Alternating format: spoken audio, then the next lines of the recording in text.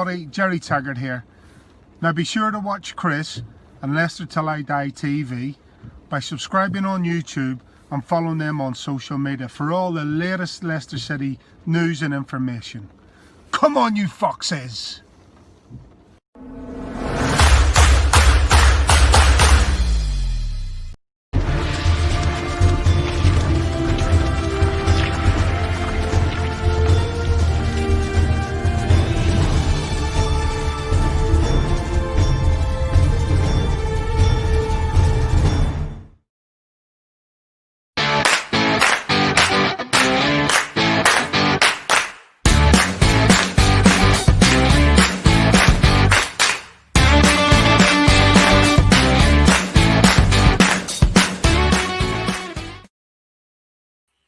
Hello, fellow Fox fans. Happy Boxing Day. Hope you all had a good Christmas, as good a Christmas as you could have had. The wait goes on. 2015-14, when we beat them 5-3, was the last time we have got 3 points against Man United. Thought today could have been the day, but we got a draw. It was 2-2. And that is better than nothing, let's be honest with you. This is Leicester Till I Die TV. Let me show you where you can pick us up. I'm not going to go through it all because it's Boxing Day, so I'm going to keep it straight to the point. We're there. We were there. It's all gone. I've not had a drink yet either. Leicester Till I Die TV. Facebook, YouTube is Leicester Till I Die TV. Periscope and Twitter is at Leicester Till I Die. This is the post-match show. It was Leicester City 2, Manchester United 2, and today we have got a special guest with us. It's the post-match show with special guest, ex-Fox Julian Watts. It is, and let's bring him in straight away and say hello and happy Boxing Day, Julian. Happy Boxing Day, happy Christmas, everybody. We have to be a bit of a shh with Julian. I think he's enjoyed the odd tipple, have you not? I did. Yes. We had a great day, so always enjoy Christmas. It's one of my favourite days of the year. So yeah, a couple of drinks, unsurprisingly, for an ex-player. Exactly, you beat me to that. Well, let's see if the fan also had a fair bit to drink, and we'll bring Brad in. Hello and happy Boxing Day, Brad. Happy Boxing Day. Merry Christmas to you both for yesterday as well, guys, and to everybody watching. Did you have a bit of a tipple? I only had a couple of cans. It was a nice, quiet one. It was enjoyed by us all at the house. It was just did things a bit different this year for Christmas. Wasn't so traditional. It was nice. It was different. I just look worse for wear than I actually feel. I didn't drink too much. It's the beard, I think. Although don't get rid of it. Mrs. Twigger and Mrs. Ahern, remember, do like it. Remember I might just get the stubble look. Although without the beard, you are still our Leicester Till I Die eye candy, don't forget. Well, that's true. That's very true. So it still works. Okay, let's get an overall view. I mean, I thought we could do it. It was a draw. I don't want to brag and say, that I've got something right for once, but somebody out of the three of us, and it might be the one wearing the hat, correctly guessed 2-2. Did leave it a little bit late, but I think deserved it. Brad, what do you think? We'll ask you first. Yeah, I think on reflection of the game, it was a very good contest to watch for the neutral as well as for the fans of the club. I think in the end of draw was a fair result. I don't think either team excelled too much on top of each other in any area of the pitch. I think where we made mistakes, they were just acceptable as them, and when we was good in midfield, so were they. It was a really good game, and in the end, we got the result that the game probably merited. In my performance, in my opinion, I think the 2-2 was just about fair. Although we do like to leave it late, but we got there in the end. That's with our record against United, it's a good point. We like to leave it late. We don't want to make it too easy for us. Oh no, we wouldn't be Leicester if we did it late. And Julian will know as well as this, as well as a lot of former Foxes will know, that Man U's not exactly the easiest team we like to play. To get a result on taking it into content, especially with a lot of talk of that would have potentially been our fifth loss at home. That's a very good point on the player things with how United are doing as well. If you're watching, let us know what you thought of the game. Was it 3 lost, 1 gain? Have we stopped the rot? Was it, a deserved draw? What do you think, Julian? Yeah, I don't think either side did enough to win the game. Although I thought Man United we really came out quickly second half. Then they made the substitution and took James off and brought Pogba on, and it changed the game. They changed the formation a little bit, and I thought they were really strong and had the better chance of second half. Schmeichel made a fantastic save, which I know they went on about on TV, and it really was a fantastic save. And I did think they were a bit stronger second half, but I don't think they really did anything that made we would sit here and say that they deserved all 3 points, because they didn't. It was probably a fair result. 2 very good teams, both chasing down, hopefully, Liverpool. It was the right result at the end of the day. Brad, I couldn't get comfy all game. Like I say, well, for a neutral, it was probably a really good game. For a Leicester fan, I had a couple of pairs of underpants at the chair next to me. I was on edge all the time, and they could have gone ahead within the first minute, couldn't they? We were lucky Rashford hadn't sort of quite settled into the game at that point. Yeah, we are. We missed a few chances. I mean, obviously, as Julian pointed out there, Castle made a fantastic save for one of them, which on another occasion you'd expect him to bury. It was quite noted, and I think Rashford will always remember that Edison Cavani was sat on the bench in the first minute and not up there with him. Otherwise, the result could have been different. But it is what it is in football. You have to take these things on board. You have to deal with them as they are. And he continued to show what a great young professional he is, and got his goal, his efforts deserved. But for the first time playing Manchester United in a long time, and let's not talk about it, but let's just remember what happened at the end of last season. How that when we fell behind against them in previous seasons, it's kind of either United are short of shot and we've just run out of steam, or we've completely capitulated. And today was nice because at first, obviously, when the first goal went in and Rashford scored, I thought, right, how are we going to respond? And we responded well. I think we didn't let the goal overroar us. It wasn't like Man U suddenly had 7 or 8 chances in the space of 3 or 4 minutes. We nullified them very quickly after the kickoff, and then I think deservedly, got the equaliser. And I think at the break, it was coming in 1-1. I was quietly confident that we'd get a result out of the game. I mean, you made the point there, and I'll bring this over to you, Julian, about bringing Pogba on. It was stated that they actually had 288 international caps sat on the bench.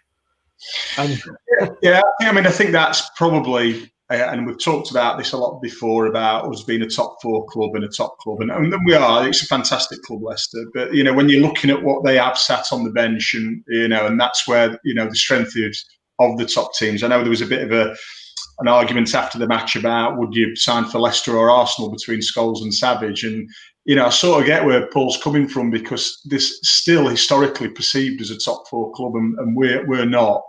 But we actually, on merit, are. And we, I think we're going to finish in the top 4. We're going to challenge for the title. But it did show you that today. And for me, I'm a big Cavani fan. I don't know why he doesn't start more games. I think he's a very, very intelligent player, and you could see the play that led to the second goal between himself and Fernandes. I mean, the two so intelligent, fantastic players. And I think Fernandes is he's up there with De Bruyne at Man City. Absolutely fantastic player. So I sort of get that. But then what for me has been pleasing is some of our players. I think Harvey Barnes was very lively today. Tielemans, I think, got man of the match from one of our pundits. And just like Ndidi, who's so quiet and you don't really see what he does, but his return has been a resurgence in the form. He's such a fantastic player that goes unnoticed. So we have got the good players, but like I said, their bench was obviously a bit more than ours, unfortunately. Sure.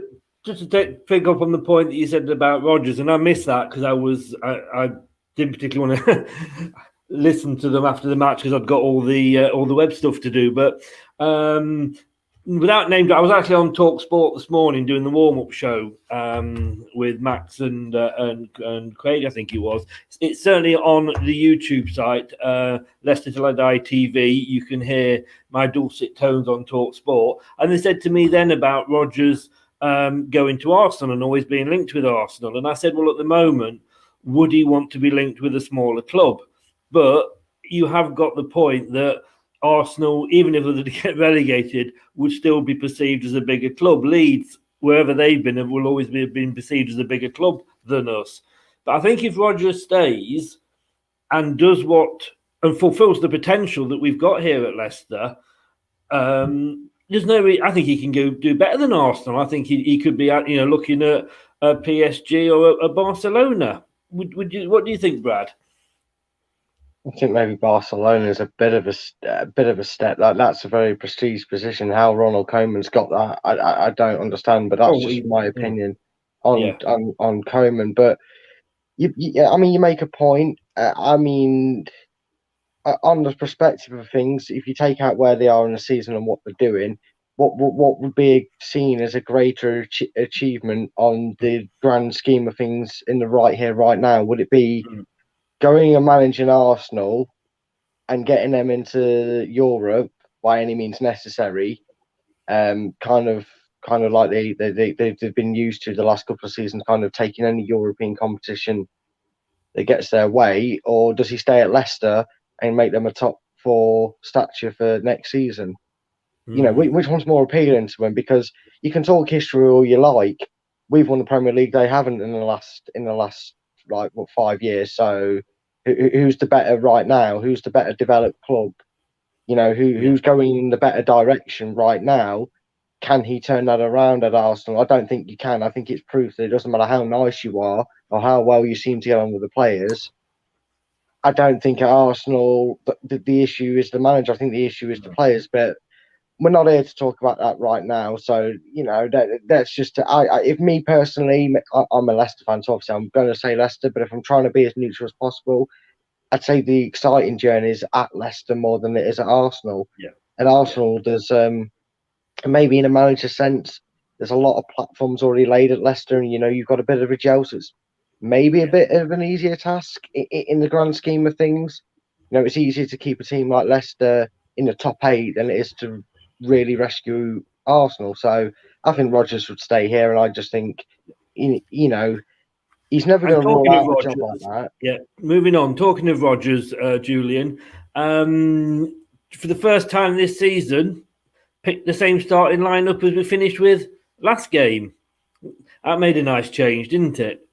It did, and I think going back to Rodgers and whatever, he seems to. Well, he does. He improves players. I think that's when you look at managers that you want to keep. I think a lot's been said about recruitment and the way that he coaches players, and I think he does that wonderfully well. Right now, me personally, I wouldn't understand why he'd go to Arsenal, because when you're loved by the club, by the owners of the club, you've got the players on your side. To change all that, I don't really see.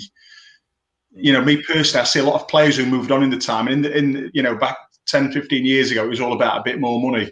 So they went somewhere for a bit more money, but was it the right decision when they're earning as much money as they are? And that's not really going to change their lives. You've got to have that work balance where everything sort of fits in. And I think he's just in a fantastic place at the moment. And I think he'd be very foolish to risk that, to go somewhere else for, like we're just talking about now, a supposed bigger club. I think, when you look at why he came to Leicester, and I think when you look at why he chose Leicester, because we weren't perceived as being a big club, and he probably would be given more time here. And if he succeeds with Leicester, as Brad said, quite right, I think it's more brownie points for him to succeed at Leicester than it would be to succeed at an Arsenal. But when you look at that training ground that we've just opened, and he saw that, and that was in the planning when he came down. The future here is he could be our Alex Ferguson, really, couldn't he? But yeah, but Brad, again, going back to the team that he picked today, were you surprised there was no changes? We've got a game coming up in 2 days. No, I don't. And for that exact reason, I think we all know what this time of year entails, and I don't know the exact reason why. Genuinely, I don't. Why Manchester United have to wait until next Tuesday to play him, but we've got to play on the 28th. I'm guessing it's a cup reason they're not able to play 2 days apart. But I'm guessing it's TV or something. yeah, but two teams kick off at 12 o'clock and then play 2 days later. We know what we know what this entails anyway. And I think Rodgers against, if you take into events last year, the last game of the season, you take into our situation now, we've just come off the back of an impressive win against Spurs away, and our home form needs to be strengthened. A certain Timothy Castagne, who for me had a great game today, and there wasn't a lot that had a bad game, stated he's glad to be back to help us stop dropping stupid points. And I think tonight we could have been talking about, well, this afternoon, should I say? It's not tonight, is it? But we was a few minutes away, and we were all sat here going, "Great, we got the point that we deserved," but we nearly dropped a stupid point, today. And the effort was there, and I think you had to go with the same lineup to give the players a rotation for Palace. I know Palace are losing at the moment, but strange things are happening in Palace. Yeah. Benteke scoring, Zaha's not. You need to rest and rotate for that This is game. Leicester. We thought we could go out against Fulham and just trot to the win. Oh yeah, that's true. But Julian, one substitute again, carrying this point on that we have in 2 days, and I know it's Christmas. I know we have this. You had it in your day. It still happens. It's the Christmas period. Only one change we made. Yeah, but I mean, I go back to when I played, and there's a lot of managers talk at the moment about, all the games that come up, and they know what English football's like. At Christmas, it's a busy period, and we're playing on the days that maybe we wouldn't want to play on, but it's just something that you get on with. And even with the games in short days, a couple of days is enough time to recover. Personally, when I played, you just wanted to play every game. You didn't want to be rested. You didn't want to be rotated. It was like, why am I not playing today?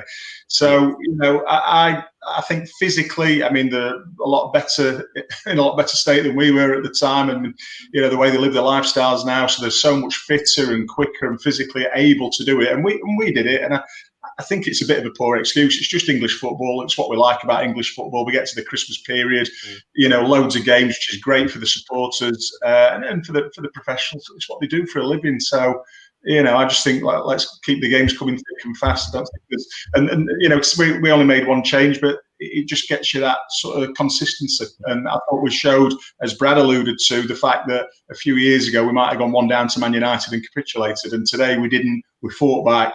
And got the point, and I thought it was a credit to all of them. And I don't really see anyone who had a bad game today. I thought it was a really good team performance.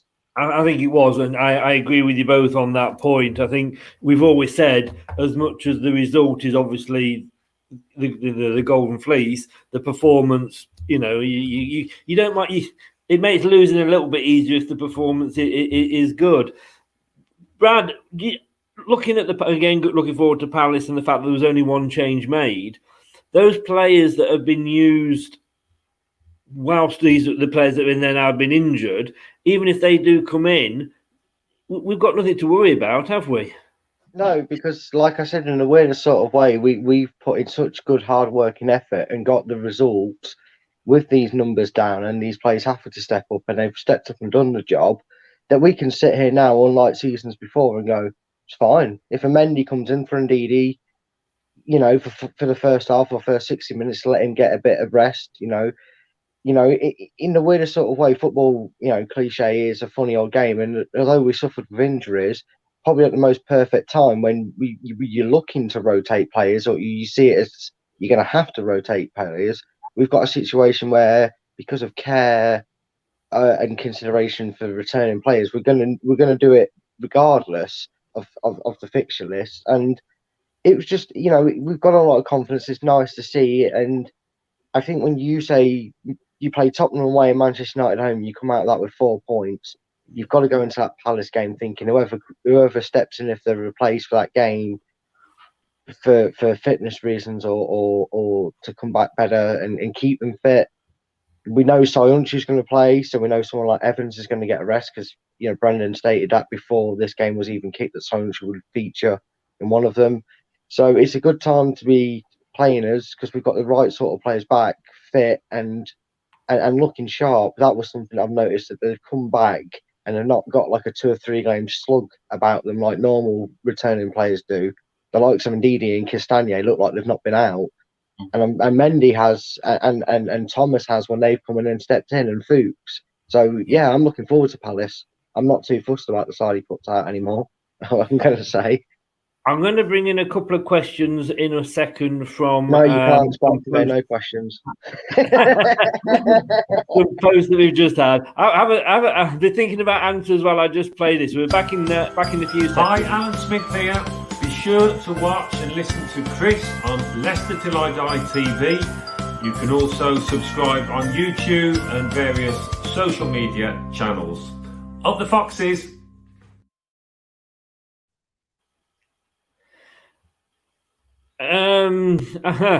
Poppy Pants. Tell you what, I don't know what you're thinking you're posting there, but it ain't going to go anywhere near being seen on the screen. So you might want to go off and jump off a cliff somewhere. Who wants the first question? We'll bring this one up from Brookline, and either of you jump in with this one. Seemed like when Pogba came in, Leicester lost its edge and sat back more. Did not seem it was because of anything special Pogba did. Was there some changes in tactics you saw? Go on, Julian, you take this one first.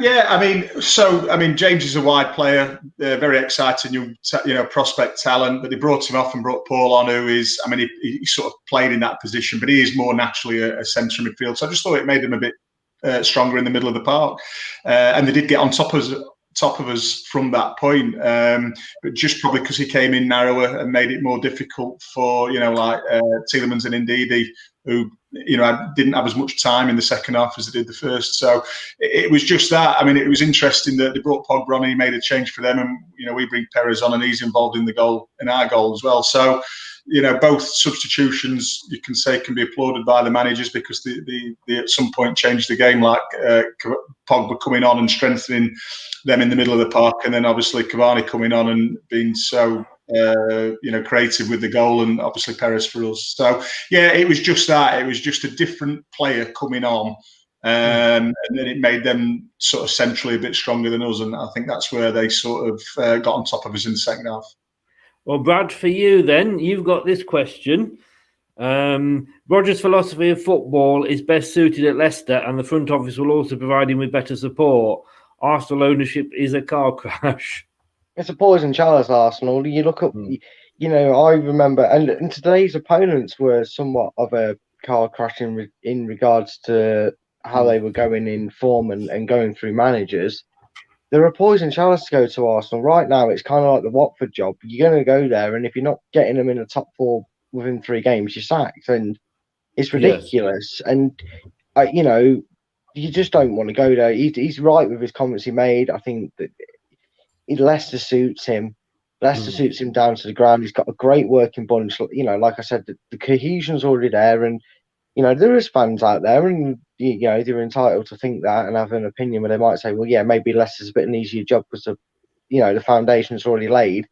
But that's what any manager's praying for, probably before they go to bed each night. They're probably praying up and asking for their team to be linking well and get on well and bond well and have no trouble on that training ground pitch like other clubs do.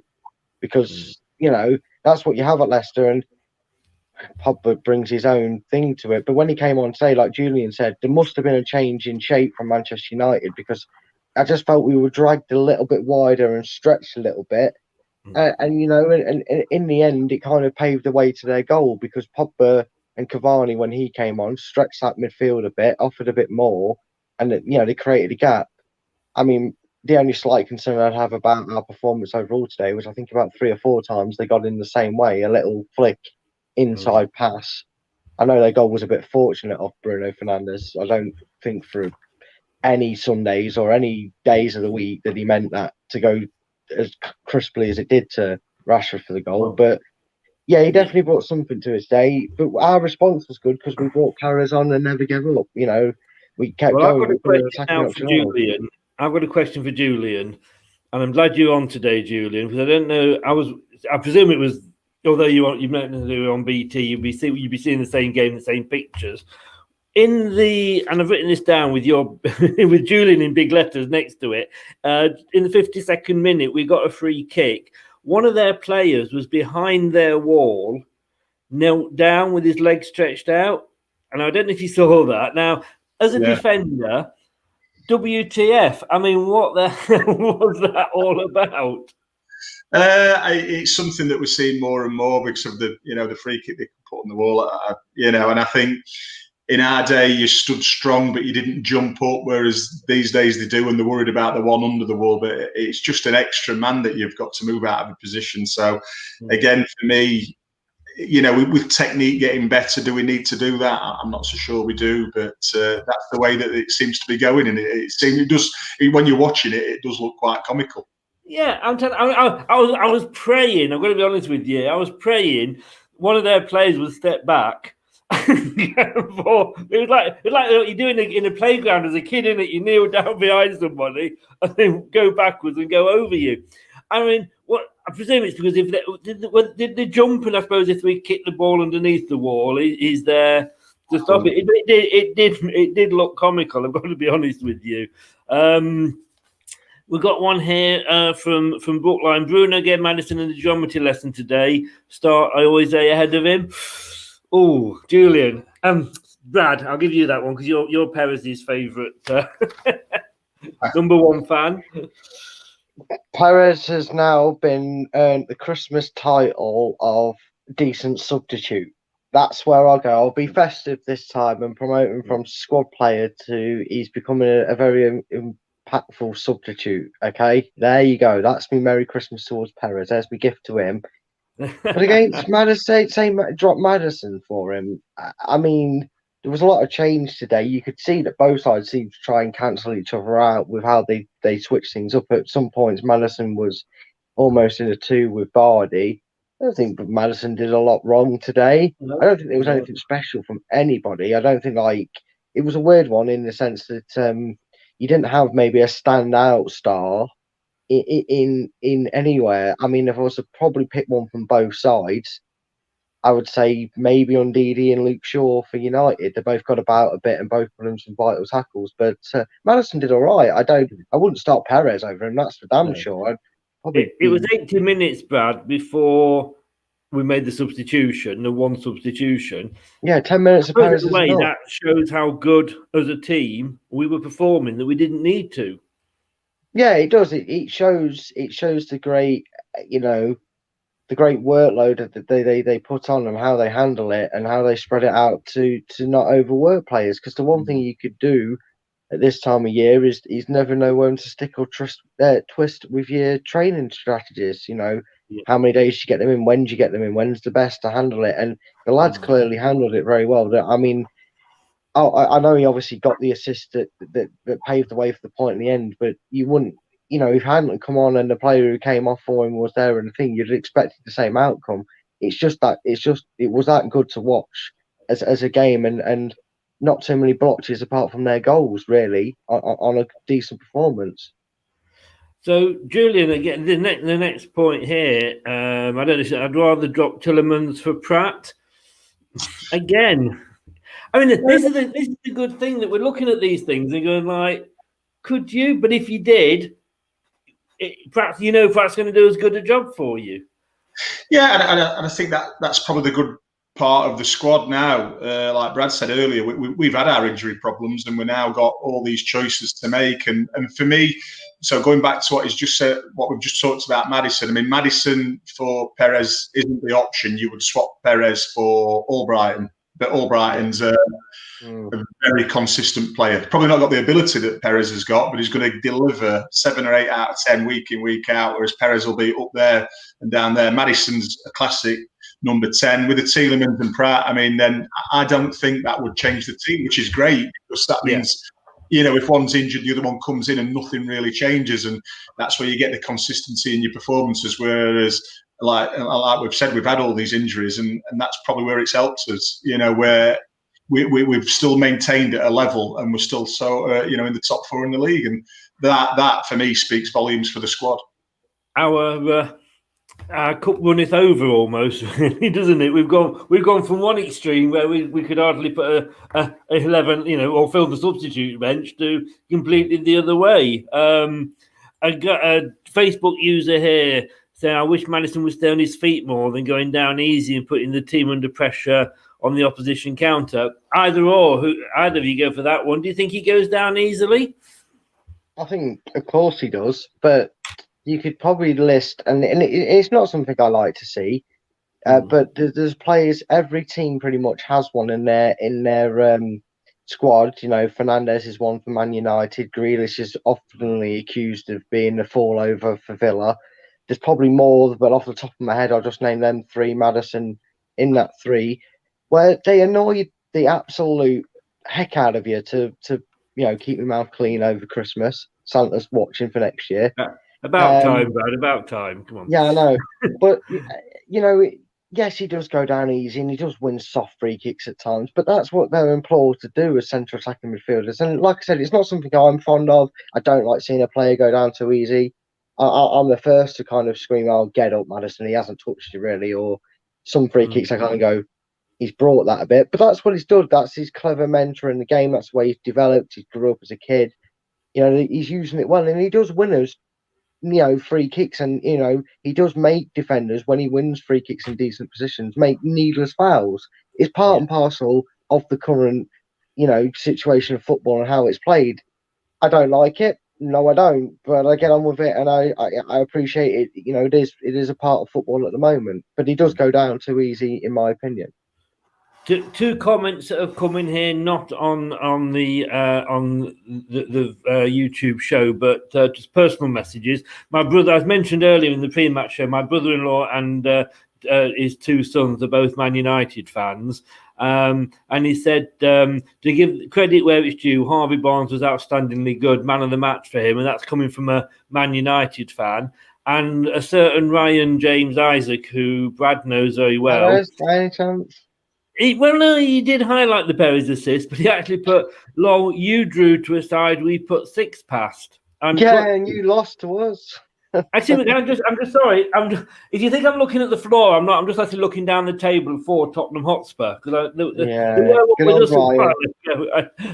I don't know where they are. We did all right. I've got to be honest with you. This was probably the best game that we have had all season at defending corners. And the only problem I'm saying that is because I know Man United didn't get a single corner all game. Yeah, they obviously didn't read the memo over how to beat Leicester, because they wanted to do it a different way. But that's a stat I never thought I'd see against us. No corners against. I know. Probably a good thing, because we're coming up to a century of corners without scoring. We're playing the wrong sport with corners. We're trying to score a century in cricket with that, because we still haven't scored from one yet. We've got better, we've got closer, but still. But Julian, we're getting it past the first man at last. Somebody seems to have taken Maddison aside, and a couple of them actually went past every man in the box. But at least we are getting it past that first man now. Yeah, it's frustrating when you watch people with the ability that they've got and they don't do that. And I think we've spoke about it before. It's just that they're trying to get the pace, that fast pace. So it's very hard for the defenders. But really, you'd like them to take a bit of pace off it, just to get the consistency and get that regular ball in, as they have done today. So it's going in the right direction, but it is a frustration now. I'm going to say good evening to Craig. It is evening. Oh no, still good late afternoon to Craig, who does the preview show with me on Tuesday. We still give too many chances away from balls slid in between our central defenders. How do we work on that? I'll throw that one at you again, Julian, being the defender. You get all these questions, but we did. It's a very good point. I've noted the same point. We do look susceptible to that ball. Yeah, I think more if you sort of look back at the game, and I can understand the comment, but it's more when we get done on the break, and it's a different thing. So in the normal runnings of a game, you stood there, you're organised, and you're in the right position. When you've got the good possession, it's that point of when it turns over and they break on you, that then you just run back to goal and you're not as organised as you'd like to be. And that, I think, if you look back at the game, you'll see the point that the guys alluding to is that fact that we get done on the break and all of a sudden there's an opportunity, and they did go through us a couple of times. But I think if you looked at any team, you would see that, just on that turnover of play, and you're not there properly. And this is Brad's favourite part of the of any show we do, and that's the stats. And if you look, it pretty much has draw written all over it. Forgetting the bottom one and the bottom two, but we had 10 shots and they had 9, 3, 4 on target. It was pretty much sums the game up, doesn't it, Brad? Yeah, it does. That's probably the only time you can look at stats and say it reflects the game itself. It wasn't a game actually filled with too many chances of any difficulty. And it's shown there. That's the first time I'll actually say that they're the sort of stats I can look at and actually go, yeah, that actually proves something. But yet again, our conversion rate. I mean, 3 shots on target, 2 goals. It's better than United's. That's about that's about the only thing we probably edged them on that. It was a close game all through, and if you look in depth in the stats, it's close. Tackles made, passes, it was all close, and it was a good game to watch. And it was just nice to see a game play out that way and kind of have the scruffiness. In regards to just adding to Julian's defensive point, when counter attack is how we score when we get caught out, and as nice as it is to see, maybe a few times today we was probably a bit too eager to get the ball back and left our defence a bit exposed. It just happens. It's part of football. It's just a way of scoring. And just to say to Stu MC again, and I'll make this point while I'm actually on here, just a sidetrack, if you can just bear with me, guys.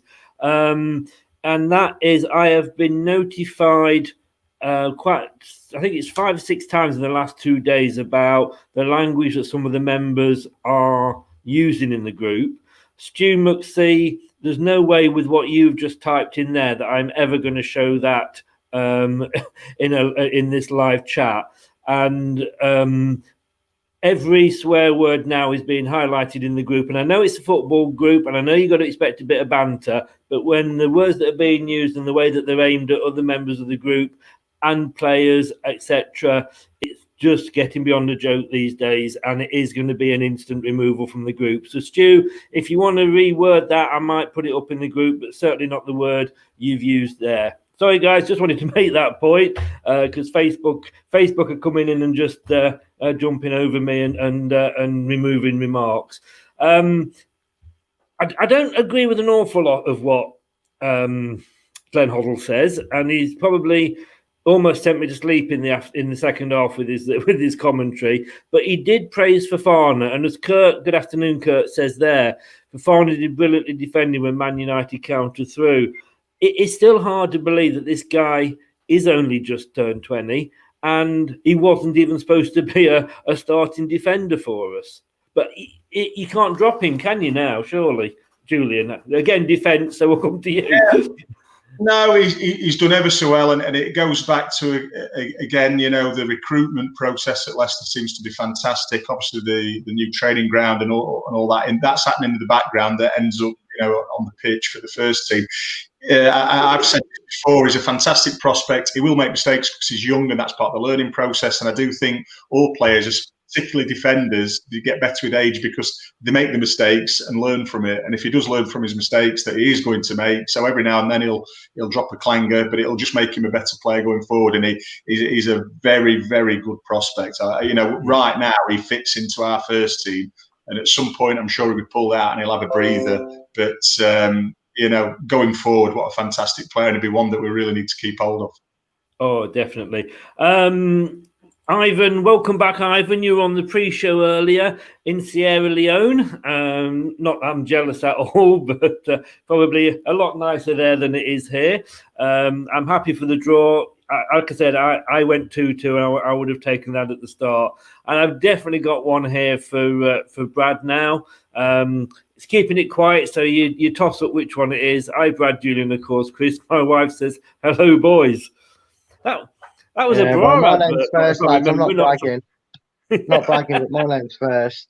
But that wasn't a bra advert quite a few years ago, or am I making that up? But he never does know. follow that up with and Brad's mate with an assist. Yeah, But, well done. if that is Mr. Ahern or Mr. Twicker, and you've not signed in, so I can't say. But I mean, it's I've lost it now. I can't find. I was going to put Brad up again, but I've lost Brad. I've lost Brad. What can I say? But let's have a look at. I think I've just got one more quick comment, and then we'll just move on to man of the match. Where are we here? There's so many coming in at the moment. Oh no, I've just seen you again there, Brad, but the moment's gone. So we'll leave you, much to your. There we go. One more. Hi, Chris. Casper's one of the best goalies in the Prem. However, what do you think to his distribution? Do you think it's improved? I've got to be honest with you, and I'll bring the guys in a moment. But I'm just going to. I made some notes as we went through the game, as I always do. And he's a fantastic. I mean, that goal, that save he made with his right hand. I mean, everybody was going on about it. It was a world-class save.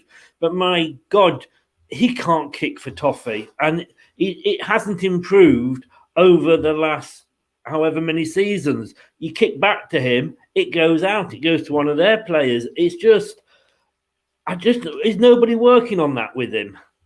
Either of you go for that one. Doesn't seem to. I'll take it being a former keeper. Don't worry, Julian. You can have a rest on this one, mate. But no, I mean, I was never any good at taking a long goal kick myself, so I feel Casper's pain. And sometimes it's a part of his game he just clearly can't get right. I mean, when it does go out wide, it tends to be short, and it tends to be a bit of a loopy ball.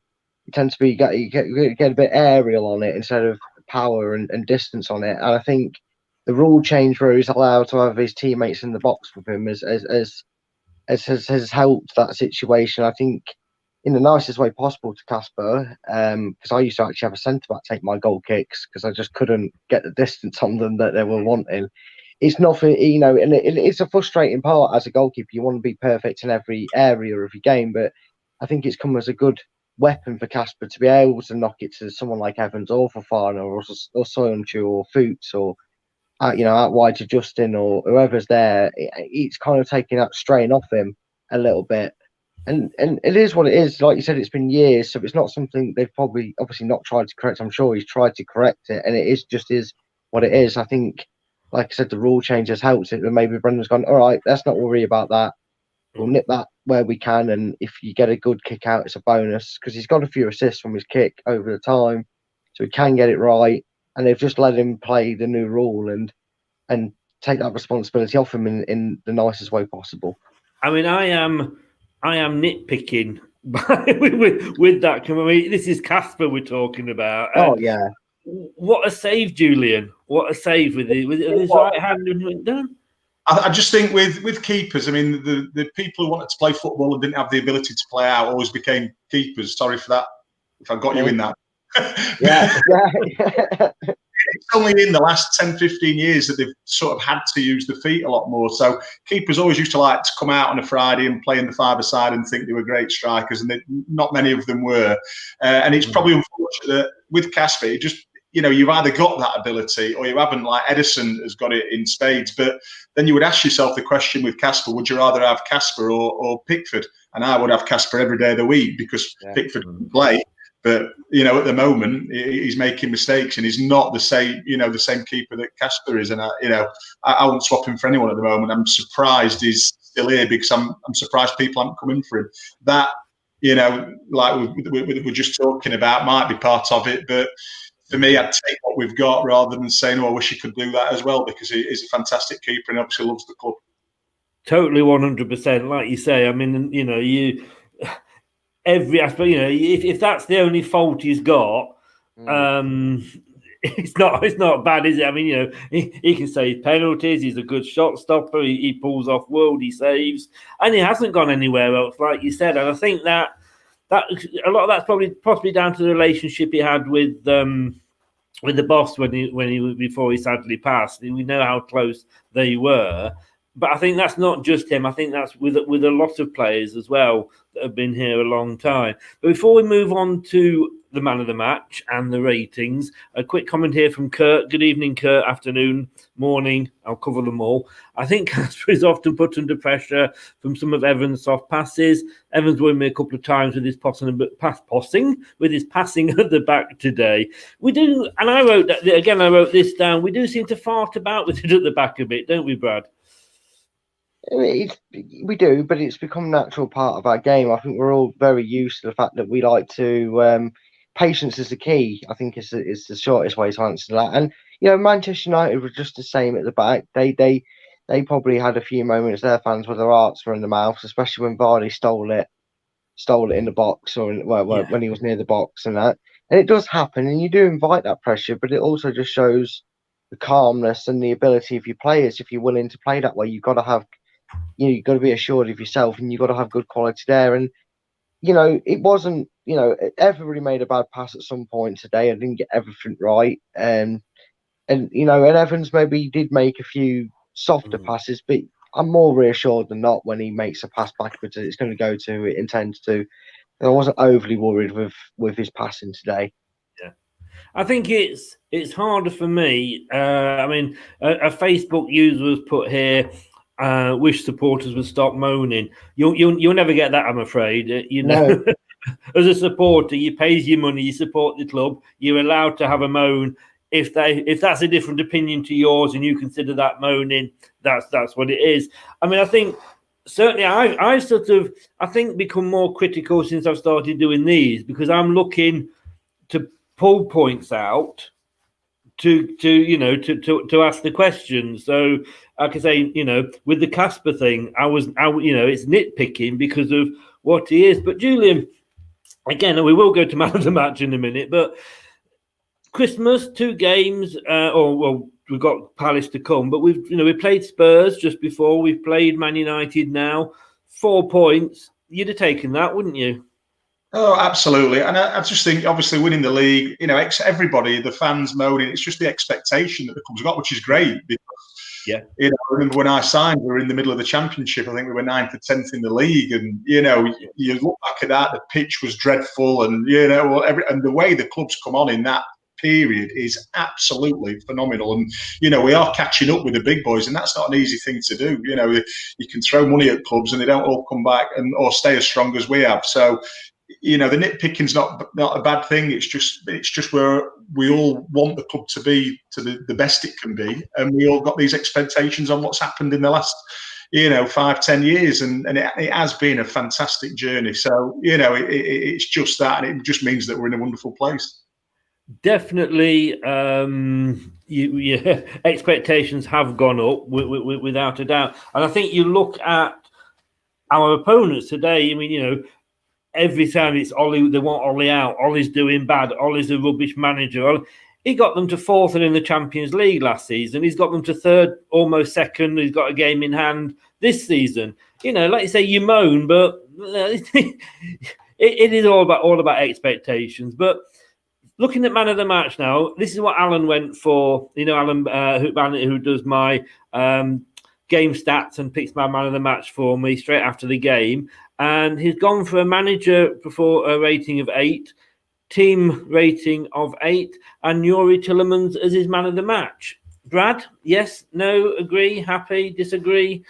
I'm happy with the ratings. I think the manager got everything right. I think the team gets a fair, decent rating. And I think I've got the same problem as I had against Tottenham. You could probably pick a few names for man of the match for individual moments.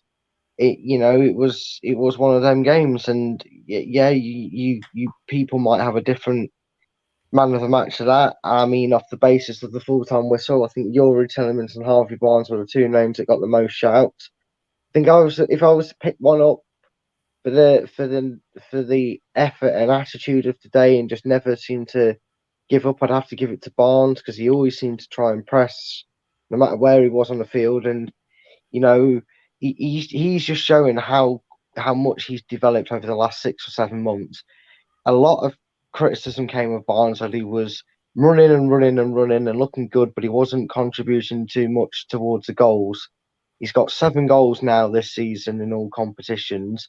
He's got a handful of assists, and he's definitely showing that more aggression and attacking intent that Rodgers, when he first got here, stated that straight off the bat. I think one of his early comments about Harvey Barnes was he's got a great aggression, and he wants to see more of that from him on the pitch, and we're seeing more of it. So I'd go with Harvey Barnes today being my man of the match. But Tillemans had a good game as well. But for me, it was Harvey Barnes. You could pick 2 or 3, couldn't you, Julian? You could, and I think Brad's comments there are spot on.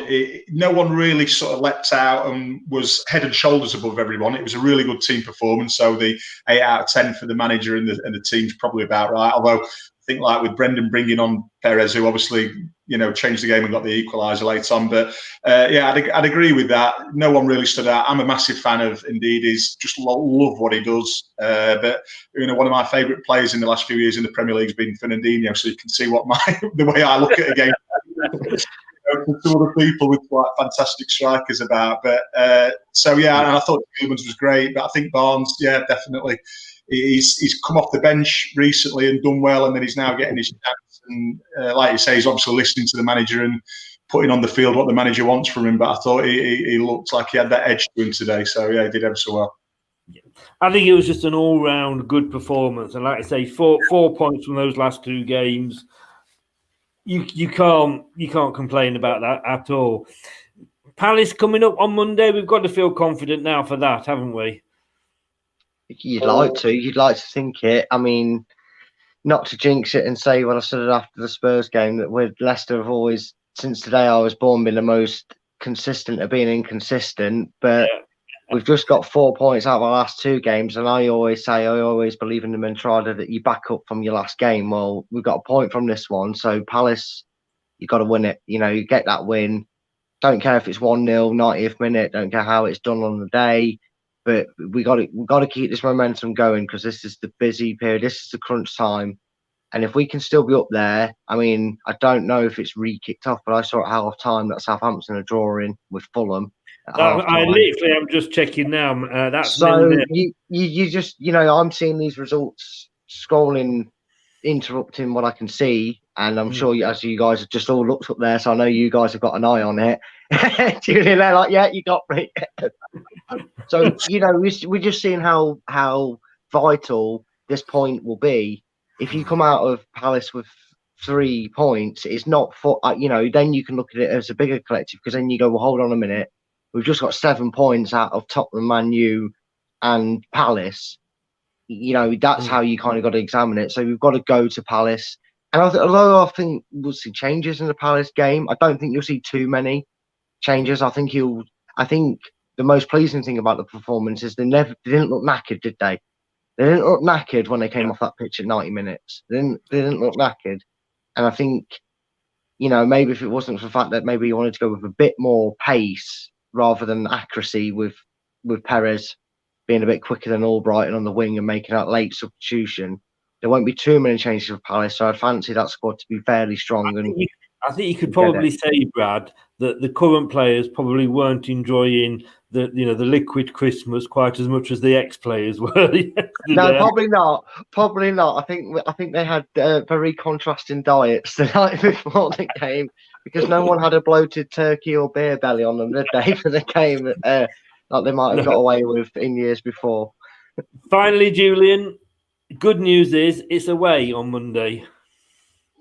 Yeah, it's funny. I mean, like we've talked about it before. We talked about the Fulham game, and when people sit back against us, we find it difficult to unlock the door, if you like. And it might be the same again. I think with Palace, you just know that Zaha's a very, very good player and needs managing.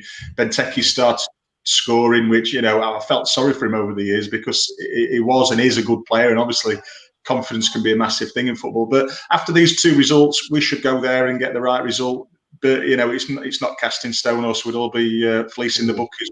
So right now we're in a fantastic position. Got a good squad, like we said. All the injuries are coming back. That's all coming back to us.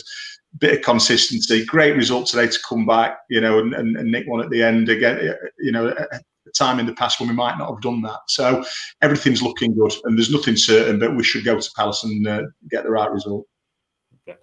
Guys, I'll let you go. It's Boxing Day. Thank you both very, very much. Don't know if you're both available on Monday, but it's a 3:00 kickoff against Palace.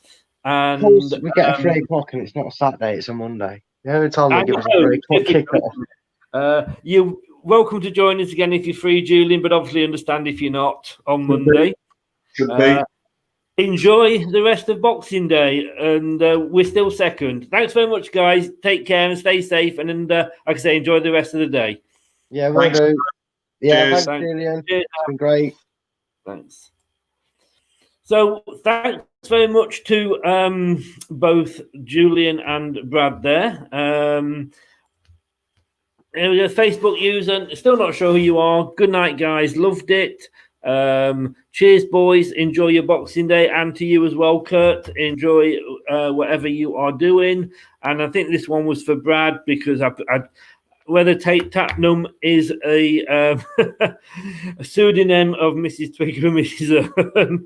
I think those hearts. It could have been one each, but I'd like to think it's probably all three for Brad. You know. But hey, we're going to be back. I'm going to have a little bit of a celebration now, but we're going to be back on Monday. We're going to be back at 2:30ish, probably about 2:20 with Josh for the pre-match show. When we will be looking at the team that has been picked. And as Brad said earlier, it's almost certainly going to be different. I think there will be changes for that, and that's understandable. And the good thing is, like I say, is that I'm not worried about the changes that are going to be made, because I think whoever we bring in, we know they can do a good job for us. So 2:20ish on Monday for the pre-match show with Josh, and then about 40 minutes after kick-off, which if we're kicking off at 3, 4, 5, about 5:20 Monday night, me, Brad, possibly Julian as well, chewing the cud and having a good old natter about the game. Go off and enjoy yourselves, guys. It's been a great Christmas so far. 4 points, 1 win, 1 draw. Let's hope we can add another win to it on Monday. I can't keep up with it. Stay safe. Have a good rest of the Boxing Day. Good night, guys. Bye-bye.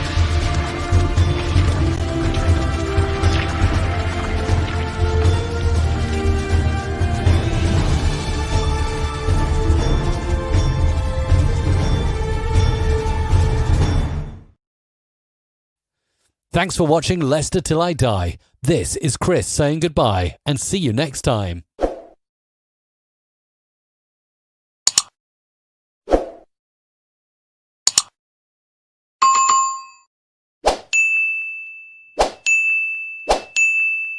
Shut up and sit down.